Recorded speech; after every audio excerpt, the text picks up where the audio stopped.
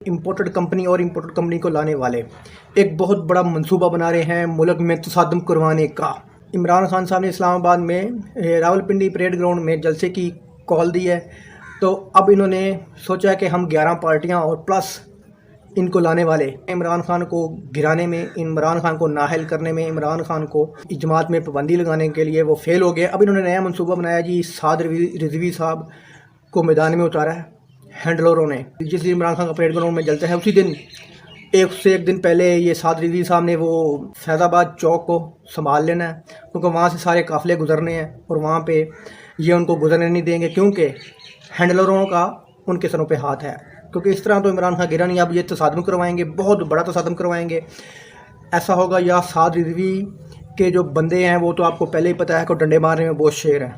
वो किसी को भी गैर मुस्लिम करार दे सकते हैं, किसी को एजेंट करार दे सकते हैं, यहूदी करार दे सकते हैं, किसी को इसराइली बना सकते हैं। वो जो एक्सपर्ट है ना इन चीज़ों में, उन गुंडे लोगों से ये कुछ इमरान खान के लोगों को मरवाएंगे, कुछ TLP के लोगों को मरवाएंगे, अगर ये राणा सनाउल्लाह गुंडे अपने डालेगा तो।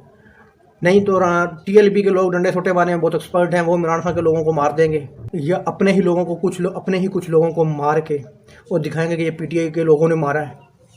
PTI के उन्होंने झंडे बांधे होंगे, PTI के उन्होंने स्टिकर लगाए होंगे इन लोगों ने।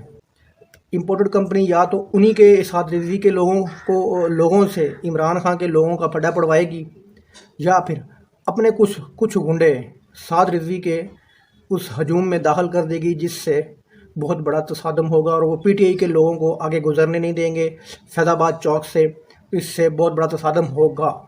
जब ये तसादम होगा तो इस तसादम को वो जवाज़ बनाकर ऐसे ज़ाहिर करेंगे कि जैसे PTI के लोगों ने एक दूसरे को मारा है, जिसका ये सारा इल्ज़ाम इमरान खान पे और PTI पे लगाएंगे कि इमरान खान की पार्टी और इमरान खान दहशतगर्द है। इमरान खान की पार्टी को कलअदम करार देंगे और हमेशा के लिए इमरान खान को नाअहल करवाएंगे। अब इनका ये मंसूबा है।